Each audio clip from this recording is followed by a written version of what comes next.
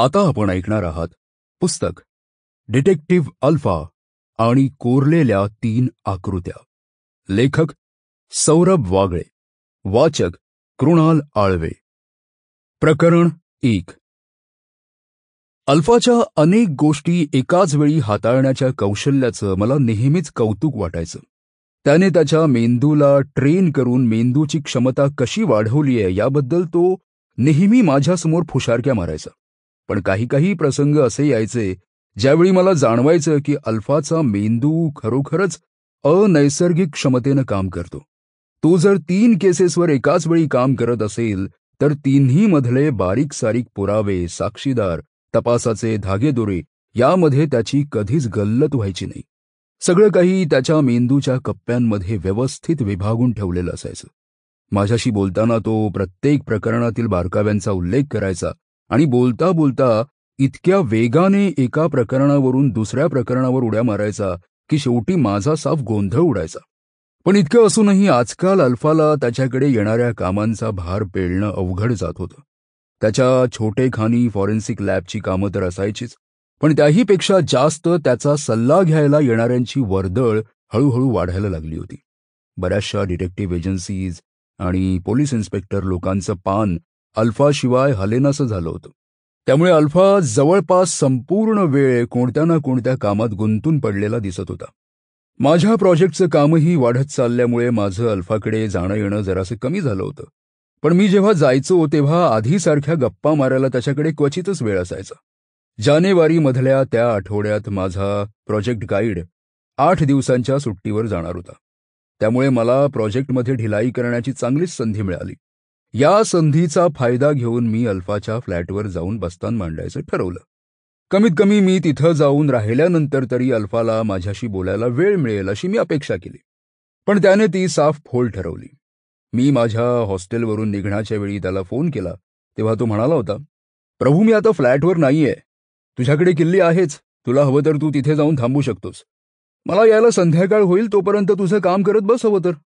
मी त्यावर विश्वास ठेवून त्याच्या फ्लॅटवर गेलो आणि माझं काम करत बसलो. रात्री 9 वाजले तरी अल्फाचा पत्ता नाही. मी त्याला फोन केला तेव्हा तो म्हणाला, सॉरी यार प्रभो, मला यायला रात्री उशीर होईल असं वाटतंय. एका महत्वाच्या प्रकरणात अडकलोय. तू जेवून घे. मी 1-2 तासात आलोच. मी खांदे उडवले आणि जेवायला घेतलं. अल्फाने जशी 9ची वेळ तंतोतंत पाळली होती तसंच तो 1-2 तासाचं वचनही पाळेल याची मला खात्री होती. त्यामुळे मी 11 वाजेपर्यंत वाट पाहिली आणि अखेर दिवे बंद करून झोपी गेलो. अल्फा रात्री किती वाजता आला कोणास ठाऊक, पण सकाळी मला जाग आली तेव्हा तो माझ्या आधीच उठला होता. त्याच्या बेडवर झोपून उठल्यानंतरचे अस्ताव्यस्त निशाण होते आणि किचनमधून चहा बनत असल्याचा आवाज येत होता. मी बेडवर उठून नुसताच बसून राहिलो आणि आळोखे पिळोखे देत राहिलो. बेड टी घेणार? अल्फाने आतूनच विचारलं. मी उठल्याचं त्याला कसं समजलं हा एक विचार करण्यासारखा मुद्दा होता खरा, पण त्याच्या चकित करणाऱ्या तर्कांची मला आता सवय झाली होती. त्यामुळे मी विचारायचे कष्ट घेतले नाहीत. त्याउलट डोळे किलकिले करत मी म्हणालो, चहा मरू दे मित्रा, तुझं तोंड दाखव आधी. सेलिब्रिटी सारखं दुर्मिळ दर्शन झालंय तुझं आजकाल. रे मी कसला दुर्मिळ रे. दुर्मिळ तर हा थंडीच्या सकाळी बनवलेला वाफाळलेला आल्याचा चहा, आणि तोही बेड टीच्या स्वरूपात मिळत असेल तर त्याला नकार देऊ नये. अल्फा आतून चहाचे 2 कप घेऊन येत म्हणाला. त्याने हसून माझ्या हातात कप दिला आणि खुर्चीवर बसकण मारली. मी कप हातात घेतला आणि आरामात उशीला टेकून बसलो.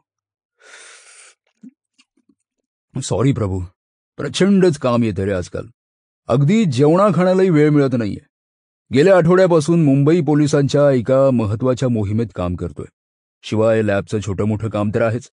तिकडे कोणीतरी अगदी पुण्यापर्यंत माझं नाव पोहोचवण्याची करामत करून ठेवली आहे. पुणे पोलिसातील एक वरिष्ठ अधिकारी एका प्रकरणात माझा चक्क फोनवरून सल्ला घेतात. आणखी एक धनाढ्य उद्योगपती. बास पुरे, मी वैतागून म्हणालो. कळाला तू किती बिझी आहेस ते. तुझी कामं ऐकून माझं स्वतःचं आयुष्य किती रिकामं आणि निरर्थक आहे असं वाटून नैराश्य येईल मला. अल्फा हसला.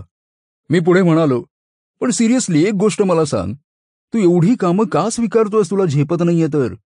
झेपत नाहीये? कोण म्हणालं मला झेपत नाहीये? अल्फा अगदी आवेशात म्हणाला. गेल्या 6 महिन्यात मी एकूण Sample complete. Ready to continue?